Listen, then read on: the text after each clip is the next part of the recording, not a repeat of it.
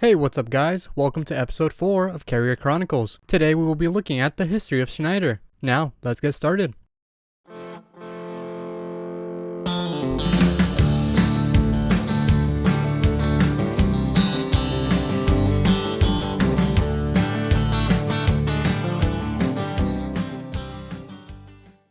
One truck started it all for Schneider National, as one day in 1935, Al Schneider took a leap of faith when he sold the family car to buy his first truck. Al and his son Don after him recognized the growth of the roadway system and the need to efficiently transport goods. They built the company on values, and they built it to last. Schneider National was founded in 1935 by Al Schneider, known as AJ, in Green Bay, Wisconsin. Schneider was raised on a farm in east central Wisconsin, and his education took him through the 8th grade only. He began with one truck and took shipments through the Green Bay area. The company grew, as did the Schneider family. Eventually there were 5 sons, and a daughter. One son, Don, worked his way up in the business, becoming president in 1971. Unlike his father, Don had a thorough education to match his homegrown business skills. He graduated from a parochial high school in Green Bay, and then went to St. Norbert College, graduating in 1957. After a period in the Army, Don Schneider entered the University of Pennsylvania's esteemed Wharton School of Finance and Commerce. With this valuable business degree in hand, Don returned to Green Bay in 1961 and became an instrumental Schneider manager. 10 years later, he assumed control of the company. Don Schneider seemed to have brought his father's company an unusual combination of skills. Don was a trucker who thought like an economist. Today, Schneider National Inc. is one of the largest trucking firms in the United States. But that wasn't always the case, as it was a relatively small player until the 1980s, when the trucking industry was deregulated. Until 1980, thinking like a lawyer might have been the most valuable skill at a trucking company. Trucking was regulated by a web of state and federal statutes that determined particulars of the industry's routes, rates, and loads. Thus, Schneider was licensed to carry cellulose products, for example, but not paper products, and its lawyers had to negotiate for years in order to reclassify disposable diapers as a cellulose product, so it could legally ship them. Both government rules and union contracts dictated much of the business. Schneider itself seemed versed in legal finagling. From 1978 to 1981, the company claimed its headquarters were in a facility in Illinois, thus getting the company out of a higher licensing fee it would have owed the state of Wisconsin. The state of Wisconsin sued Schneider for $3.8 million in licensing fees in 1982, and the case was eventually settled on appeal in Schneider's favor. But when the trucking industry underwent deregulation in 1980, such bureaucratic wrangling became much less of a part of the way Schneider and other trucking companies did business. Truckers were freed to compete directly for customers. Around the same time, many large manufacturers and retailers were changing their business pattern, switching to a so-called just-in-time delivery. Just-in-time meant that instead of warehousing huge stocks of common items, factories ordered raw materials as needed and shipped finished goods directly to retailers. This cut costs associated with large inventories, but it put intense pressure on truckers. A trucker's delay of as little as 20 minutes could cause retailers annoying backups as they tried to get their goods out to waiting customers. Don Schneider was quick to realize that his company had to change massively in order to adapt to the new business climate. 2 major changes were in employee relations and in new use of technology. In the early 1980s, Schneider began giving its drivers bonuses based on performance, while also eliminating perks like reserved parking spaces for upper echelon employees. Deregulation allowed the company to hire non-union drivers, which it did, while pledging to keep its union employees. In 1979, all 1,500 drivers belonged to the Teamsters Union. As the company grew, the percentage of unionized drivers became smaller. By the early 1990s, only 500 Teamsters were left, out of a crew of roughly 10,000 drivers. Attrition of the union allowed Schneider more freedom to set its own policies for employees. This gave the company more flexibility, which it needed to adapt to the increased demands of its customers. Schneider also pioneered the use of satellite technology in trucking. Traditionally, drivers on the road would find a phone at a truck stop and call a company dispatcher for a periodic check-in. This was sometimes a frustrating process, as payphones were often being used, or the dispatcher was busy and unable to accept the call. Schneider National made a large investment in computer and satellite technology in 1988 to give it a new way to communicate with drivers. The company spent an estimated $50 million initially and installed a satellite dish and communication console on every truck it owned. Each truck was linked by satellite to the company's home base in Green Bay. Specialized software ran continuous updates on the many variables of the business, not only on keeping track of where each truck was, but logging how many hours the driver had slept, fuel use, and average time it took to unload at each customer's facility. Changes in routes could be beamed directly to the driver on the road, and if a customer needed an empty trailer in half an hour, the computer could determine which driver was nearby and eligible for another load. Schneider was the first major trucker to make use of satellite technology, and soon the rest of the industry was scrambling to keep up. Meanwhile, Schneider prospered financially. The trucking market in the 1980s was characterized by intense competition and recessive prices, yet Schneider managed to grow at around 20% annually. Revenue in 1981 was a modest $200 million, but by 1992, revenue exceeded $1 billion. Because the company was privately held, it was able to reinvest freely with an eye to long-term profits, and Schneider continued to put money into technology and new ventures.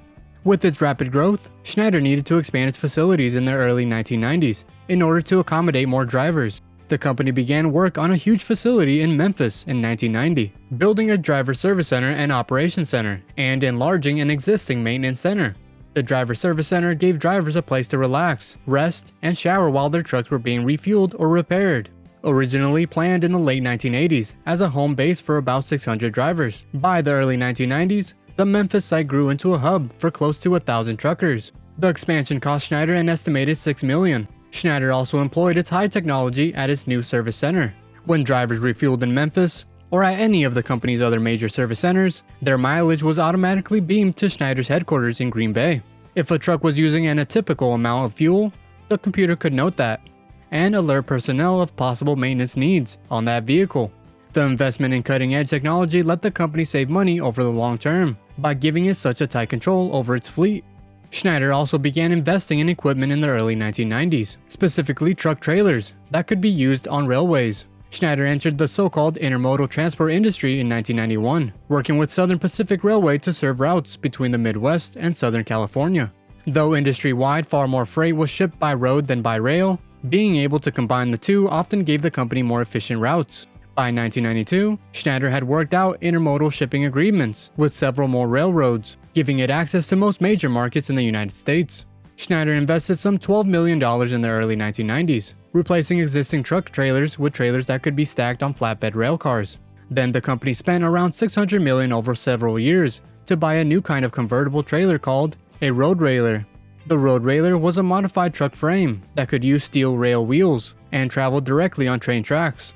Unlike stackable containers, which require special lifting equipment found only in rail yards to place them onto rail cars, the road railers could move onto rail tracks anywhere there was a spur. This gave Schneider the kind of flexibility they liked. Schneider National was an innovative, fast-growing company in the 1990s. They had surpassed much of its competition by embracing change and new technology. In 1993, the company formed a subsidiary, Schneider Logistics, to in effect sell its shipping expertise to clients. Large manufacturers were working to reduce inventory and streamline operations to improve profits, and Schneider was good at seeing how that could be done best. Schneider Logistics garnered large contracts early on, including one with General Motors to improve the delivery of auto parts to its dealers. By 1995, Schneider Logistics had 140 contracts, ranging in size from about $2 million for small companies to $200 million for such large firms as General Motors and auto parts maker PPG Industries. By the mid-1990s, Schneider was getting 15% of its profit from its logistics division, and the subsidiary was the fastest growing part of the company. By the late 1990s, Schneider National was the nation's largest full-load trucking firm, with sales approaching $3 billion. The firm had distinguished itself in the 1980s by moving quickly into advanced communications technology. As the internet changed the face of business in the United States in the late 1990s, Schneider found a way to adapt. In June 1999, the company launched a new subsidiary, Schneider Brokerage, which handled a web-based service. Schneider Brokerage operated a website called the Schneider Connection, which posted trucking jobs online and let shippers find available loads. Schneider also found other ways to work with the internet. In June 2000, Schneider Logistics formed an alliance with an online construction service business, ContractorHub.com. ContractorHub.com brought together businesses looking for construction contractors and contractors looking for jobs. Schneider Logistics provided the new company with its expertise in shipping, order fulfillment, and tracking, and gained exposure through ContractorHub.com's wide marketing. By the year 2000, Schneider's logistics subsidiary had grown so rapidly and profitably that the parent decided to spin it off to the public. Schneider wanted cash to help pay for technological development at Schneider Logistics, and to allow the subsidiary to expand into international markets. This was the first time the closely held Schneider had let any piece of it fall to investors. However, the company announced it would sell off only a minority share in Schneider Logistics. The majority would still be held by Donald Schneider and other shareholders of the private parent firm. In 2002, Christopher Lofgren was named president and CEO, succeeding Don Schneider. A couple of years later, Schneider National surpassed $3 billion in annual revenue. Later in 2007, Schneider National was granted authority to operate as a domestic carrier and logistics services provider in the People's Republic of China, making Schneider the first North American truckload provider to establish a domestic business in China. In 2012, Don Schneider, former chairman and CEO of Schneider National, passed away. In 2014, Schneider National changed its logo and started doing business simply as Schneider. The following year, the company achieved $4 billion in annual revenue for the first time. In 2019, Schneider rolled out Samsung Galaxy tablets, which improved the driver experience both in and out of the truck. So that wraps up Schneider's history. Hopefully you guys enjoyed it. Before you leave, like the video, subscribe to our channel, click that notification bell, and comment below. What do you think of Schneider? Need parts for your rig? Check out jackschromeshop.com, as we have a wide variety of products. And if you need help finding something, give us a call. If you want to stay up to date on new content coming your way, or just discuss all things Chrome, check out the Chrome Corner, Wednesdays at noon, with our host, Dave Coleman. Thanks again guys for watching. I'll see you next time. And remember, if your rig don't shine, you don't know Jack.